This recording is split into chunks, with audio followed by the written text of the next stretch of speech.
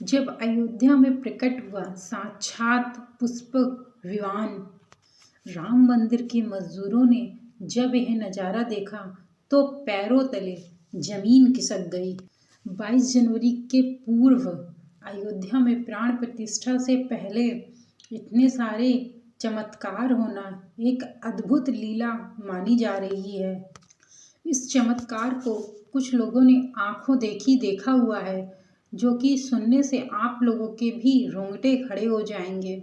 आगे की वीडियो को देखने से पहले यदि आप सच्चे सनातनी हैं तो इस वीडियो को कमेंट में जय श्री राम अवश्य लिखें।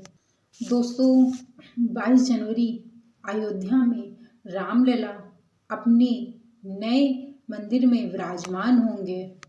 इस आयोजन के लिए देश देश में हर एक घर में निमंत्रण बांटा जा रहा है और हर एक गांव में, कस्बे में, नगर में सब जगह चावल का वितरण हो रहा है। यहाँ तक कि बच्चे और महिलाएं भी अयोध्या में श्री राम की प्रतिमा वाली फोटो और भगवान के अक्षत घर घर में वितरण कर रही हैं। अयोध्या में रामलला के प्राण प्रतिष्ठा के लिए तैयारियां तेजी से जोरों शोरों से की जा रही है। इस कार्यक्रम को भव्य बनाने के लिए कोई भी कसर नहीं छोड़ी जा रही है और यादगार अवश्य ही यह पल रहेगा सनातनियों के लिए। इस बीच राम मंदिर के निर्माण का कार्य भी बड़े ही जोरों शोरों से चल रहा है। लगभग 80% काम खत्म हो चुका है और केवल 20% ही काम रह गया है। 70 खंभों में मूर्तिकारों का काम चल रहा है। पिछले कुछ दिनों से त्योहारों की वजह से ये धीमा पड़ गया था, लेकिन अब फिर से वह तेजी जल्दी सारा कार्य हो रहा है। यह बहुत जल्द ही खत्म हो जाएगा।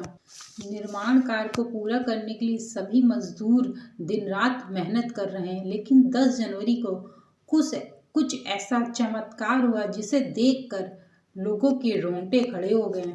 जब सभी मजदूर अपना कार्य को खत्म करके रात्रि में अपने तंबू में सो रहे थे, तभी वहां पर इन लोगों को कुछ हलचल महसूस हुई और तभी सुरेश नाम के एक मजदूर ने जब अपने तंबू से बाहर निकल कर देखा तो राम परिसर में कुछ अजीब सी पीली हुई चमकती हुई चीज दिखाई पड़ी।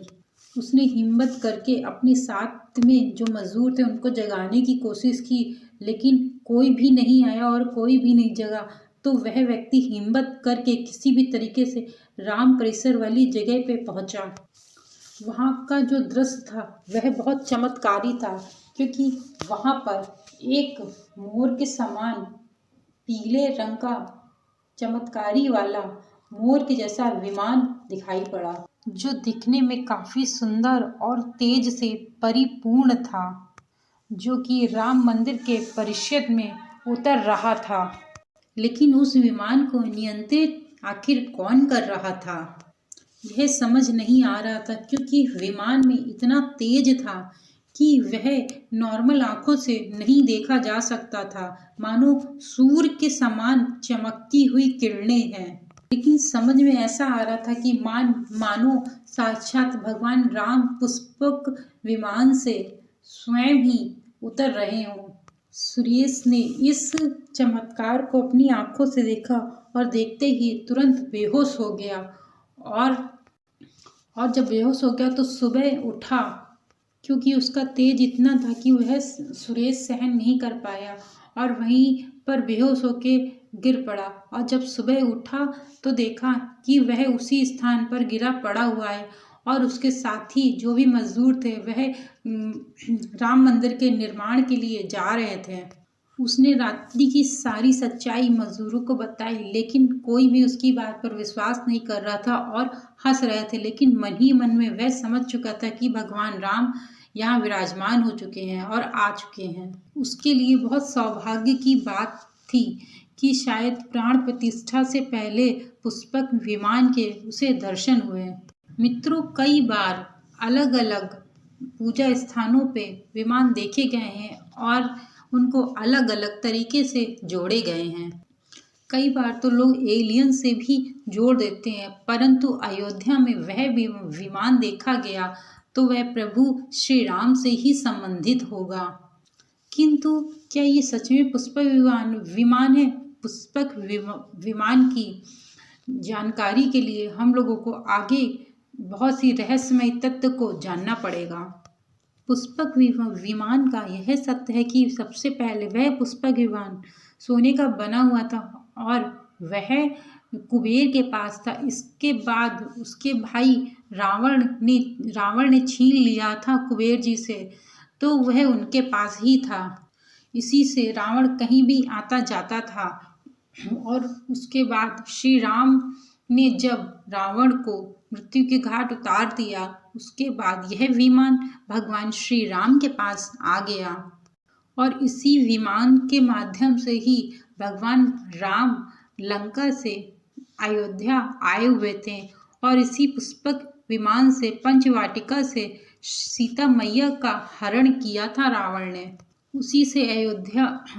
उसी से लंका ले गया था। कहा जाता है कि पुष्पक विमान जो था वह आज के हवाई जहाज की तरीके ही था। रावण कहीं भी जाता था तो इसी से आता जाता था।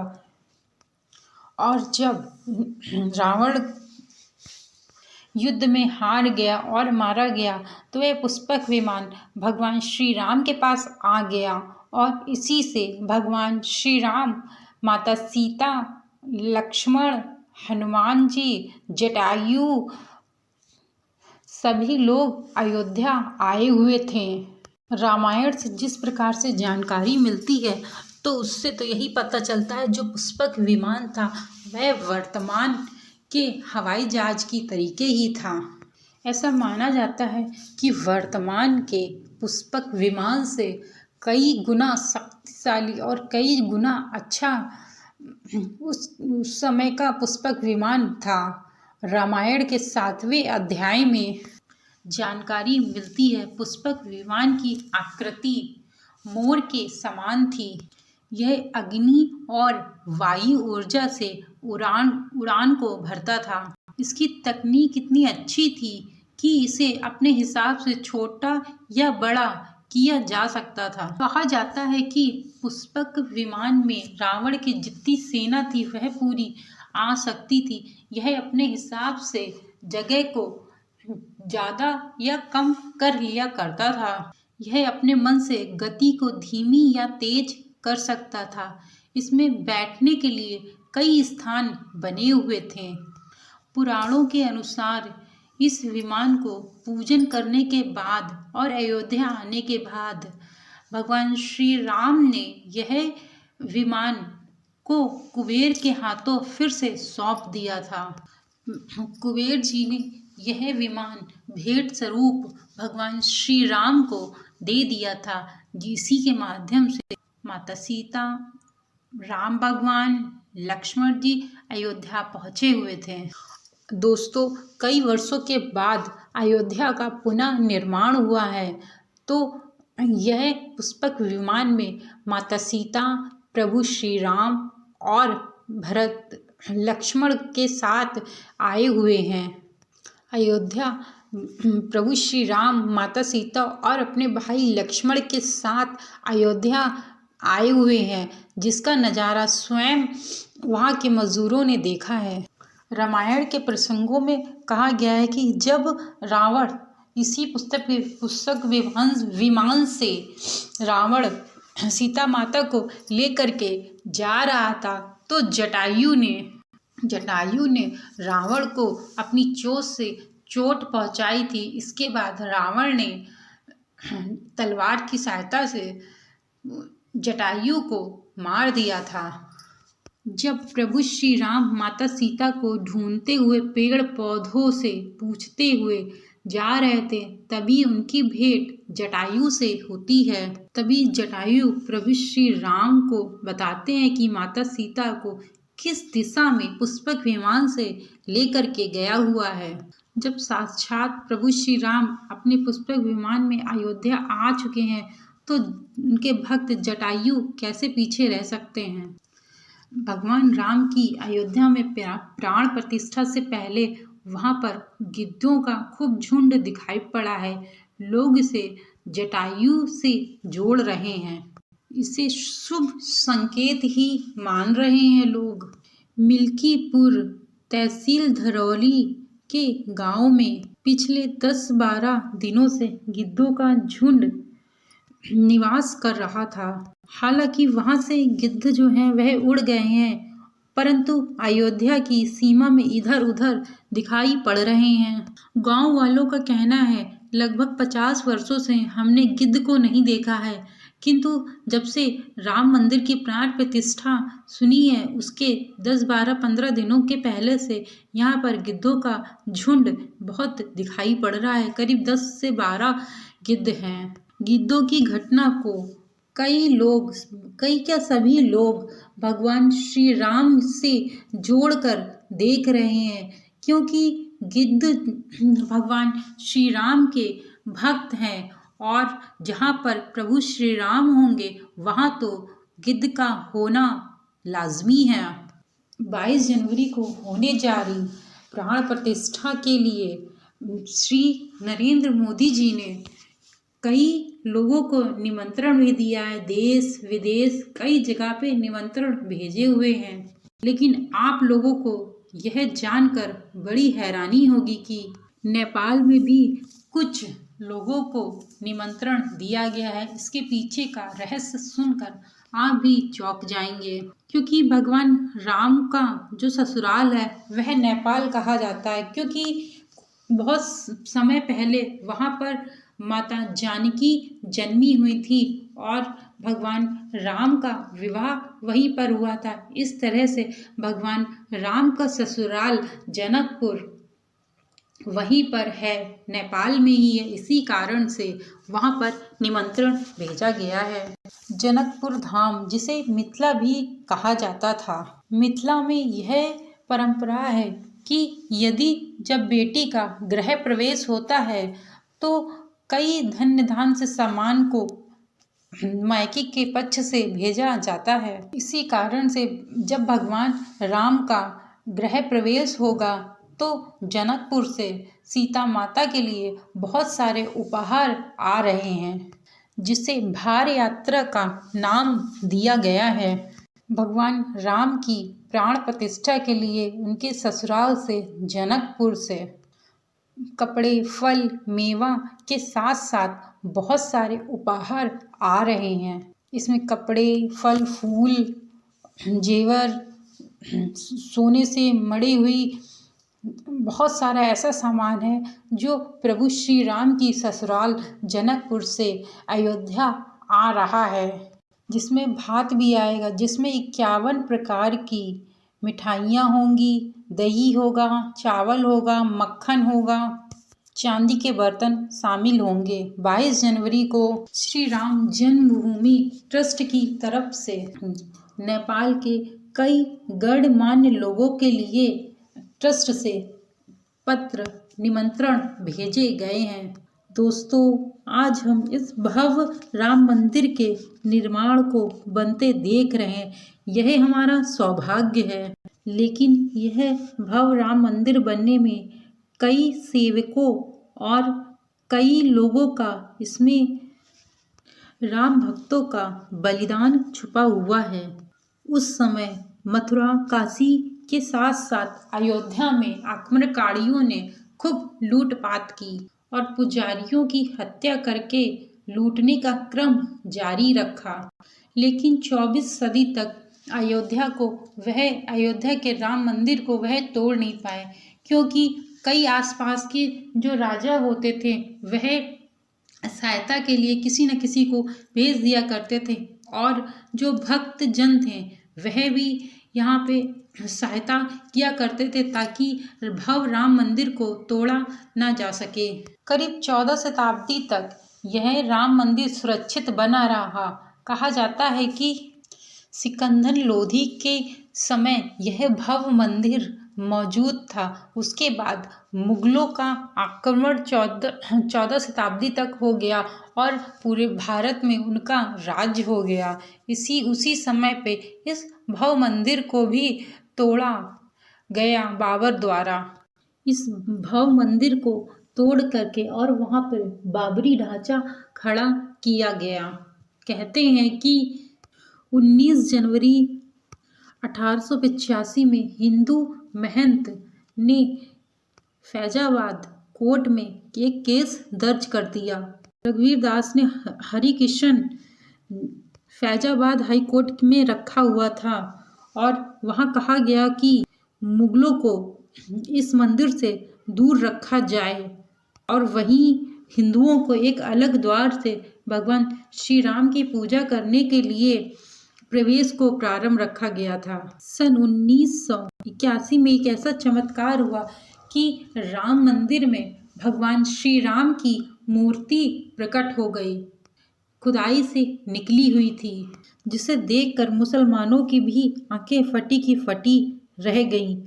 ये रामलला का बहुत बड़ा चमत्कार था।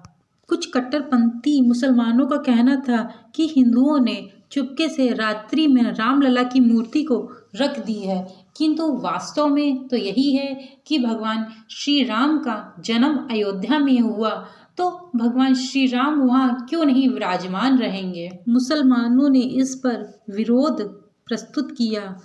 इससे दोनों लोगों ने केस को दर्ज करा दिया और इस मस्जिद को विवादित घोषित कर दिया गया। 30 अक्टूबर 1990 को हजारों राम भक्तों ने मुख्यमंत्री मुलायम सिंह यादव की अनेक बाधाओं को खड़ी की द्वारा भी यह बाधाओं को पार करते हुए और विवादित ढांचे के ऊपर सभी राम भक्तों ने राम भगवान का झंडा फहरा दिया। 2 नवंबर 1990 को जो कार्यकर्ता सेवक थे उन पर हजारों गोलियां चलवा दी। इसमें सैकड़ों राम भक्तों ने अपनी आहुति दी। सरयू तट राम भक्तों की लाशों से भर गया था। इस नरसंग हत्या के बाद अप्रैल 1991 को उत्तर प्रदेश के तत्कालीन मुख्यमंत्री को मुलायम सिंह को तत्कालीन इस्तीफा देना पड़ा। मुलायम सिंह यादव को उस समय कोठारी बलिदानों की चर्चा खूब रही। दिसंबर 1992 को जब विवादित ढांचा गिराया गया, उस समय राज्य में कल्याण सिंह की सरकार थी। उस समय सुबह 10 बजे कम से कम 1000-2000 सेवकों के रूप में वहां पहुंचे। दोपहर तक करीब 12-1 बजे तक राम भक्तों का जमावड़ा लग गया और मस्जिद की दीवार पर चढ़ने लगे सभी लोग। लाखों की भीड़ को संभालना सभी लोगों के लिए बड़ा ही मुश्किल हो गया था। दोपहर के 3:40 पर पहला गुंबद तोड़ दिया गया और फिर जब 5 बजने में 5 मिनट बाकी था, तब तक पूरे का पूरा विवादित ढांचा जमीन पर गिर चुका था। भीड़ ने उसी स्थान पर पूजा अर्चना की और भगवान श्री राम की शिला रख दी। मुख्यमंत्री कल्याण सिंह का सख्त आदेश था कि जो भी राम भक्त हैं उन पर गोलियां नहीं चलेंगी। इस महान कल्याण सिंह को हम लोग साक्षात प्रणाम करते हैं। दोस्तों, राम मंदिर को बनना एक हमारा सौभाग्य है कि हम उस जन्मभूमि में जन्म लिए हैं जहाँ स्वयं श्री राम, स्वयं कृष्ण ने जन्म लिया है। इस कारण से हमारे प्रभु श्री राम की 22 जनवरी को प्राण प्रतिष्ठा होने जा रही है। आप लोगों को हार्दिक हार्दिक शुभकामनाएं। और यदि आपको मेरे द्वारा दी गई जानकारी अच्छी लगी हो तो उसे आप लोग लाइक, सब्सक्राइब एंड शेयर करना मत भूलिएगा और सभी सनातनियों को जरूर से जरूर शेयर कर दीजिएगा, जिसके कारण यह जानकारी सभी लोगों तक पहुंच सके।